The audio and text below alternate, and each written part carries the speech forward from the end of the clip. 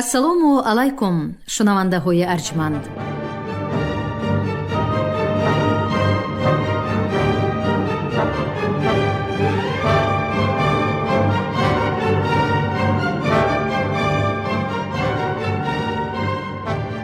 ба таваҷҷӯҳи шумо гуфтор аз силсилаи хониши адабӣ. қироати китоби президенти ҷумҳурии Тоҷикистон муҳтарам Эмомалӣ Раҳмон «Тоҷикон дар оинаи таърих аз ориён то сомониён». китоби сеюм, гуфтори 69.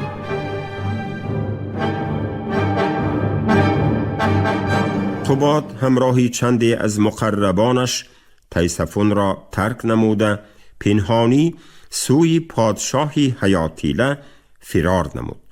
پادشاهی حیاتیله قباد را خوش پذیرفت و او را چون دادر عروسش عزت و اکرام نمود. در این ایام یکی از پسران پیروز که زاریح نام داشت ضد بلاش آشوب برداشته به دعوای تخت و تاج پدر برخیست. از سرزدن جنگ‌های شدید داخلی روزگار مردم تیره تر گشت و عاقبت زاریح مغلوب شد. اتفاقاً در همین اثنا قباد جانبدارانش را گرد آورده از ملک حیاتیله آهنگی لشکرکشی نمود. خوشنواز برای او سپاه عبارت از 20,000 سواران صفشکن تهیه نموده قباد و جانبدارانش را برای ربودن تخت سوی تیسفون رهسپار کرد.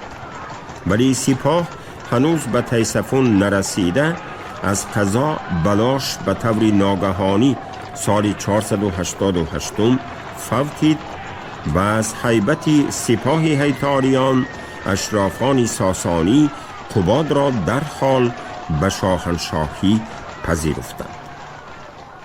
سران سپاه حیاتیله نیز در این مراسمی با شکوه تاجگذاری اشتراک کرده نفوذ و مقام قباد را در چشم اهل دربار می افزودند.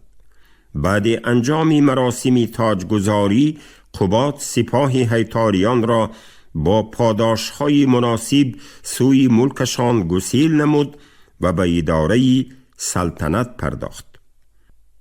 دوره شاهنشاه قباد یک بیش از 40 سال طول کشیده. سالهای 488، 496، 498، 531 یکی از دوره‌های پرهنگامه دولت ساسانیان به شمار می رود. در دوره حکمرانی او پرداختن تاوان جنگ به هیتاریان ادامه یافته باعث افزودن انداز و خراجات گران می گردد. به بالای این سال سیوم سلطنتش قوم‌های کوچمنچی پرخاشجوی از سمت آلتای به ماورای خزر و حدودهای دربند آمده به امنیت دولت ساسانیان تهدید می کردند. قباد به مقابل این قوم‌های پرخاشجوی آلتایی لشکر کشیده در جنگ غلبه به دست آورد و غنیمتی فزونی گرفت. تاریخ طبری درباره این جنگ قباد با قوم‌های پرخاشجوی کناره‌های خزر چنین می نویسد: و قباد 100,000 مرد گرد کرد و به سوی ملیک خزران شد و سپهبد را سالار کرد و جنگ کرد و ظفر یافت و غارت و کشتن کرد و با غنیمتی بسیار باز آمد و به حد ارمینیه شهر بنا کرد نام آن آمول و به جای خیش باز آمد و به عدل و داد بنشست. اما صرف نظر از این پیروزی به قباد برقرار کردن اقتدار سابقه و مرکزیت و وحدت همگانی امپریای ساسانیان میسر نمی گشت. این امپریای بزرگ که در شرق از کنارهای دریای آمو ابتدا گرفته در غرب تا رود فرات و در شمال تا در بند و ارمنستان دامن افراخته بود، از سبب افزودن کوشش‌های قدرت طلبی اشرافان با نفوذ و روحانیان بلند مرتبه، اینچنین میل‌های مرکزگریزی حاکمان و ضدیت‌های طبقه‌های والانسب منطقه‌های مختلف، شهرت و آوازه سابقه و قدرت پیشینه اش را برقرار کردن نمی‌توانست. شاهنشاه مجبور بود که از میان حاکمان و روحانیان، زمینداران کلان و اشرافان محلی، اشخاص صاحب دولت و افراد با نفوذ، جانبدار و اتفاقچی جسته موقع خود را تدریجاً استوار نماید. گذشته از این، انگیختن اختلاف‌های مذهبی، استفاده ضدیت میان روحانیان و خصومت بین حاکمان و اشرافان به قوبات امکان میداد که در سیمای بعضی آنها اتفاقچی و مددگار خود را پیدا نماید. مست در همین وضعیت ناگواری اجتماعی و سیاسی به صحنه دولتداری ساسانیان، مزدک و پیروان او وارد شدند که قباد بعد چند آیین آنها را پذیرفت و مزدک را به یکی از مقربان خود تبدیل داد. اصلاً گرویدن قباد به آیین مزدک به اندیشه تاریخ نگار توانای ایرانی حسن پیرنیا از روی تقاضای سیاست دولتداری بوده. او می‌خواست به این وسیله نفوذ روحانیان و اشرافان بلند مرتبه قدرت طلب و مرکزگریز را با مدد آنها کاهش دهد.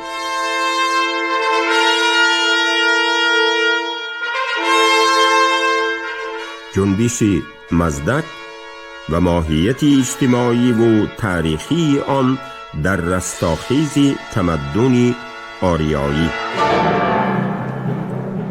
حرکت مزدکیه در تاریخ تمدن آریایی یکی از بزرگترین جنبش‌های مذهبی و انقلاب اجتماعی است که آن را از روی نفوذ پهنشوی و پیروان افسونش میتوان با مذهب زردشت قیاس نمود. این جنبش در سالهای اولی پادشاهی قباد پدید آمده، تدریجاً از تعلیمات مقرری اخلاقی و مذهبی به یک نیروی توانایی اصلاحاتگرا و حتی انقلابی تبدیل می‌یافت که به فضای اجتماعی و سیاسی کشور، اتحاد طبقه های ناریزای اهالی، تیز و تند شدن مناسبت های دارایان و ناداران و تجدید نهادهای موجوده دولتداری تأثیر می رساند.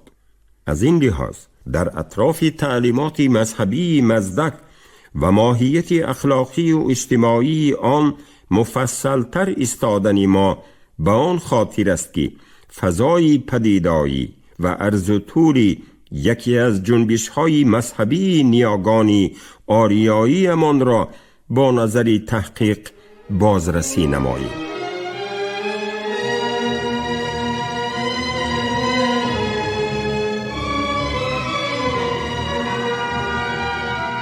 مزدکیه در ابتدا همچون تعلیمات دینی و اخلاقی به میان آمده، سپس چون حرکت انقلابی اجتماعی عامه وسیع دهقانان و مزدوران، مردم نادار و کمبغل را بر ضد توانگران و اشرافان، زمینداران کلان و ثروتمندان و روحانیان با نفوذ و سپاهیان ملکدار متحد می کرد. مزدکی بامداد از روی معلومات برخی از مورخان در استخر پارس، از روی معلومات تبری در شهر نیسا و از روی معلومات چند دیگران در شهر نیشاپور سال 460 میلادی تولید یافته، اول تعلیمات زردشتی و فرقه مانویه را فرا گرفت. سپس جنبه‌های اجتماعی و آزادی‌خواهانه تعلیمات زردشتی و مانویه را انکشاف داده، تعلیمات تازه و آیین نوی مذهبی خیش را به میان آورد و دعوای نبوت کرد. موافق تعلیمات دینی و فلسفی مزدک، نور و ظلمات دو عامل اصلی خلقت می باشند که اولی خالق خیر و دومی خالق شر است. این دو عامل از حیث مرتبه با هم برابرند، ولی نور روشنایی از عناصر پاک و صاف و پرصفا پدید آمده، از روی اختیار و اراده عمل می کند و هدف نهاییش نجات خیر است. ولی اعمال مبدأ ظلمات تاریکی از روی جهالت و نادانی و تصادفی و بیشعورانه بوده، از اجزای کثیف و ناپاک پدید آمده است. خداوند عالمی برین باشد به کمک حروف حکم فرمایی می کند که مجموع آن حروف اسم اعظم است و هر کسی که یکی از آن حروف را بداند از بزرگترین رازهای عالم هستی پی خواهد برد، وگرنه در قبضه نادانی و فراموشی و بیخبری و ناآگاهی عالم موجود را ترک خواهد کرد. ولی دیرتر تعلیمات اجتماعی و اخلاقی مزدک آید به تقسیمات عادلانه ثروت‌های مادی نفوذ زیاد پیدا نموده، عامه خلق را بر ضد توانگران و ثروتمندان شورانید. موافق تعلیمات اجتماعی مزدک، همه آدمان از جانب یزدان پاک برابر آفریده شدند. از این رو تقسیمات نابرابری دولت و ثروت و مال و ملک، این چنین سیرزنی بعضی ها و بیزنی دیگران بی عدالتی محض است که دیرتر به میان آدمان راه یافته باعث فرقیت ناروای اهل جامعه گردیده است. این نابرابری و فرقیت بین دارایان و ناداران سبب اساسی مخالفت، کین و عداوت، نفاق و بدبینی و دیگر بی‌عدالتی و ناانصافی ها گردیده است. برای همین باید این نابرابری، فرقیت و بی‌عدالتی از میان آدمان برداشته شود و اعضای جامعه امکانی برابری استفاده مال و ثروت را داشته باشند. زیرا ثروتمندان با راه حیله و نیرنگ، فریب و زوری، پایمال کردن انصاف و عدالت ثروت‌های موجوده عالم را از خود کرده اند، در صورتی که کمبغلان و ناداران نیز به استفاده این ثروت برابر آنها حق دارند. تمام ثروت، خانه، آتش، چراگاه، زمین، آب و غیره باید مال عموم و دسترسی همه باشد و اعضای جامعه امکانی برابری استفاده این ثروت‌ها را داشته باشند. در دستی یکی گرد آمدن این ثروت‌ها و از استفاده آن محروم گشتن دیگران خلاف امر یزدان و رزقی برای کلی بینندگانش آفریده خداوند است. برای تنتنه عدالت، برقرار کردن انصاف و برابری آدمان باید ثروت و مالکیت دارایان را ربوده در بین عامه از روی عدل و انصاف تقسیم کرد. بالاخره مزدک به پیروانش تلقین می کرد که ما می خواهیم رزق آفریده خداوند را در روی زمین به همه آدمان برابر تقسیم کنیم، دارایی توانگران را ستانیده به درویشان و بینوایان بدهیم تا هیچ کس از دیگری مالی بیشتر نداشته باشد. با همین وسیله نابرابری را از میان برداشته، عدالت و انصاف را پایدار و ظلم و ستم را ریشه‌کن خواهیم نمود.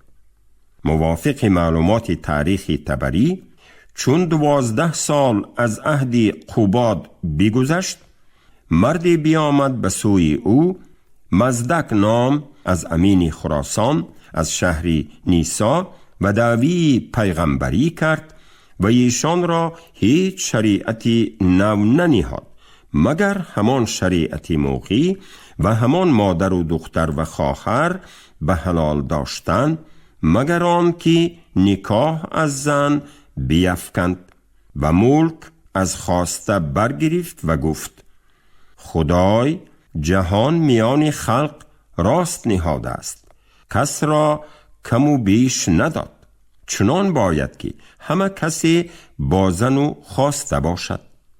و جوانان و بیخیردان و اهل غوغا را این مذهب خوش آمد و خلق متابعی او شدند و خبری وی به قباد برداشتند. موبدان قباد را گفتند این مذهب خطاست، نپذیرفت و مزدکیان را قوی کرد و هر روز آن مذهب همی فزود و مردمان به عذاب اندر همی بودند و متابعان مزدک فزون همی شدند. موافق معلومات سرچشمه های تاریخی، دعوت آشوبگرانه مزدک را عامه بیشماری خلق و کمبغلان و بینوایان که از اثر خشکساری و قحطی های پی در پی دهکده ها را ترک گفته جانب شهرها سرازیر شده بودند، با تمام هستی میپذیرفتند. با تلقین مزدک عامه خلق بینوا و نادارانی از خشکساری و گرسنگی های بردوام به شور آمده دری قلف انبارها را بی پرس و پاس می شکستند و خانه های ثروتمندان و توانگران حمله آورده مال و ملک آنها را می ستاندند و بین یکدیگر تقسیم می کردند. قباد شاید باطناً جانبداری مزدکیان نبود، ولی به خاطر نگاه داشتن قدرتی دولتداری، سرکوب ساختن رقیبان توانگر و گردنکش خود، طریقت مزدکیه را ناچار پشتیبانی می کرد. آنگونه ای که یزدگرد یک سالهای 399-420 برای کاهانیدن نفوذ روحانیان زردشتی و اشرافان بلند مرتبه در سیمای مسیحیان اتفاقچی جسته، پیروی دین مسیحی را در قلمرو ساسانیان آزاد اعلام داشت، تقریباً بعد 100 سال این سیاست را قباد در شکل دیگر اصلاحات دین زردشتی و سازش بستن با مزدکیان استفاده نمود. اگر یزدگرد ظاهراً به خاطر حمایه قلمرو شرقی ساسانیان از تاخت و تاز و ضبطکاری های هیتاریان با روم عهدنامه صلح بسته تعقیب مسیحیان قلمرو ایران را بازداشته باشد، هدف اصلیش در سیمای مسیحیان پشتیبان و اتفاقچی بی‌منت پیدا کرده حقوقهای نامحدود و نفوذ روزافزونی روحانیان زردشتی، اینچنین مقام اشرافان و حاکمان سرکش را کاهش دادن بود.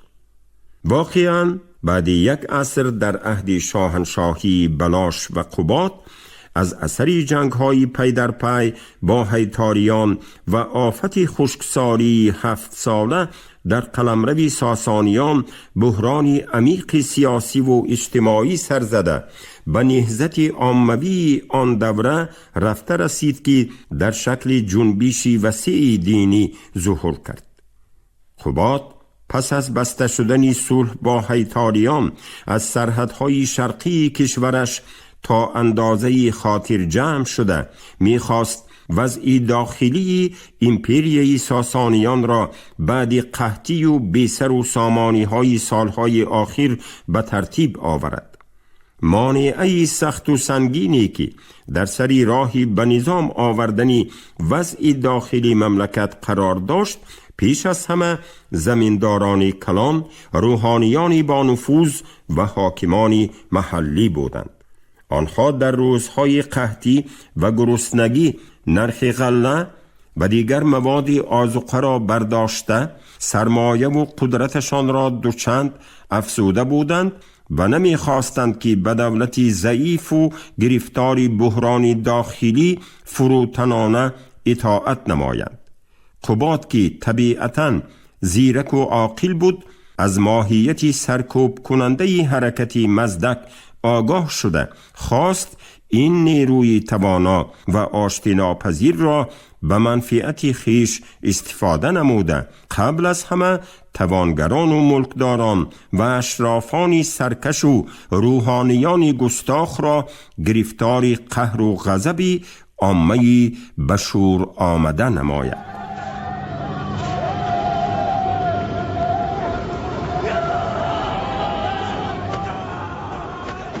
شاید به همین خاطر او مزدک را خوش پذیرفت، آیینش را پسندیده با او صحبتها آراست و مقام و مرتبهش را در میان اهل دربار برداشته در پهلوی خیش جای داد. مزدک نیز ضمن این ملاقاتها و صحبتهای محرمانه به وضع فلاکتبار مردم اشاره کرده از بیرحمی اشراف و دولتداران سخنها گفت و ظاهراً گویا شاهنشاه را مایل نمود که برای از قحطی و گرسنگی رهانیدن بینوایان او را رخصت دهد. مزدک که به قول نظام الملک در مجلس پادشاه حرمت و حشمت تمام داشت، بعد گرفتن رضایت قوبات به انبوه گرسنگان و بینوایان امر داد که انبارهای غله ثروتمندان را غارت نموده بین خود تقسیم کنند. موافق روایت فردوسی در شاهنامه، قحطی بی امان به جان مردم در افتاد. توانگران اگرچه در انبار و خاندانشان غله پارساله و پریرساله داشتند، به مردم یک لب نان خشک و یک دان را مفت نمی دادند. در خشکسالی رحم و شفقت و خیر و احسان نمانده بود. ازدحام مردمی گرسنه در گرد قصر شاه پیچیده نان می طلبیدند. مزدک که در نزد قباد نفوذ افزونی داشت، به حضور شاه رفته پرسید: اگر یکی را مار زهر زند، کسی دیگر پازهر و تریاک داشته باشد و ندهد و مارگزیده بیمورد، سزای چنین کس چیست؟ سزایش کشتن است، پاسخ داد قباد، زیرا خونی مارگزیده به گردن اوست. اگر یکی مردی پارسا به سبب بسته شود و بی خوراک ماند و آن کس که نان داشت به او ندهد و آن بیچاره از گرسنگی هلاک شود، سزای چنین کس چیست؟ چنین کس باید به قصاص جان آن بیچاره کشته شود، چون که آن بنده با گناه او مرده است. جواب داد شاهنشاه. مزدک جواب شاهنشاه را شنیده بیرون رفت و به پیش خلق برآمده امر داد: بروید، هر جا که غله پنهان یافتید بگیرید و بین خودتان تقسیم کنید. اگر صاحبش بهای غله را طلب کند و شما داده توانید بدهید، وگرنه نانی ربوده و رزق یافته اتان به شما رواست. خلق گرسنه به شهر پراکنده شده به غارت کردن و تقسیم نمودن غله پنهان کرده توانگران در آمد. خلق حتی انبارهای شاه را به زوری کشاده غله او را نیز ربود. انبارداران غارت غله را به شاه رسانیدند و او مزدک را به حضورش خواند. مزدک پاسخ شاه را در باب مارگزیده و بنده گرسنه آورده گفت که آیا به مرگ هزاران مردم که از گرسنگی مرده اند و می میرند غله داران گناهگار نیستند؟ شاهنشاه در جواب خاموش مانده به اندیشه رفت. مزدک از این حال خطر احساس نموده به پیش خلق برآمد و رو به آنها آورده خطاب کرد: ای مردمان، بدانید که توانگر و تهیدست، دارای و نادار در نزد خداوند با هم برابرند. توانگر تار است و تهیدست پود. نباید کسی از کسی زیادتر مال و چیز داشته باشد. افزونی ماری توانگر به وی حرام است. خانه، زن، مال همه بخشیدنی اند. دینی پاک این است و من با این دین همه را با هم برابر می کنم. بلندی و پستی را هموار می سازم. هر کس غیر این دین کیشی دیگری را پرستد، نفرتی خدا بر او باد. مزدک با پیروانی شوریدش در سراسری مملکت گشته غله، خانه، سرمایه و دیگر بایگری توانگران و اشرافان را مصادره نموده به تهیدستان و بینوایان تقسیم می کرد. او تلقین می کرد که آدمیزاد را 5 چیز از راهی راست برآورده به کجی و گمراهی می برد. این 5 چیز رشک، خشم، کینه، نیاز، احتیاج و آز، طمع 5 دیوی می باشند که آدمیزاد را با یاری خواسته، مال و ثروت و زن مطیع خود می کنند. یگانه چاره اصلاح کار آن است که آدمان مال و خواسته و زن را در میان نهند و این 2 چیز به همه برابر منصوب باشد. این عقیده را نظام الملک در سیاستنامه‌اش تفسیر داده چنین می نگارد: مزدک می گفت مال بخشیدنی است میان مردمان که همه بندگان خداوند تعالی و فرزندان آدمند. باید مالی یکدیگر خرج کنند تا هیچ کس را بیبرگی نباشد و درماندگی و متساوی الحال باشند. چون قباد و هم مذهبان را بران آیین راست کرد، به اجابت مال راضی شدند. آنگاه گفت: زنان شما چون خواسته شماست، باید که زنان را نیز مال یکدیگر شناسید و هر کی را به زن رغبت افتد با او گرد آید و رشک و حمیت در دین ما نیست، تا هیچ کس از راحت و لذات و شهوت دنیوی بی نصیب نماند و دری کام و آرزو بر همه خلق کشاده بود.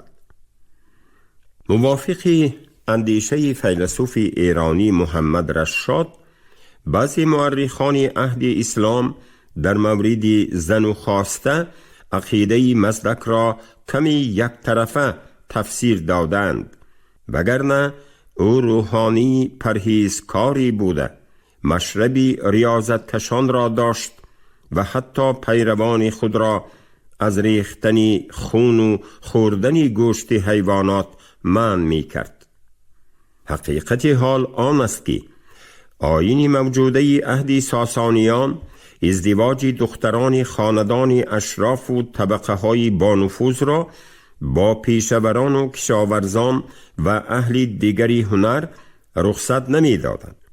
مزدک این مانع و رسمیت سابقه را شکسته از روی مذهب خیش ازدواج طبقه پایانی را با دختران طبقه اشراف رخصت داد و مخالفانش این واقعیت در میان نهادن زن را طرز وانمود می کردند که گویا او سنت نکاح و عائله را انکار نموده، به ستانیدن کام از زن دلخواه رخصت داده است.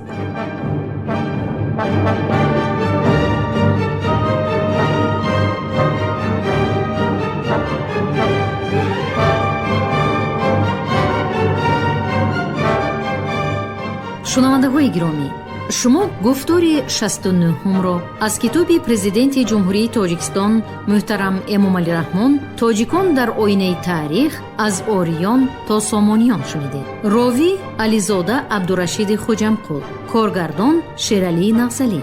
پایان گفتار از سلسله خوانش ادبی. شاد باشید.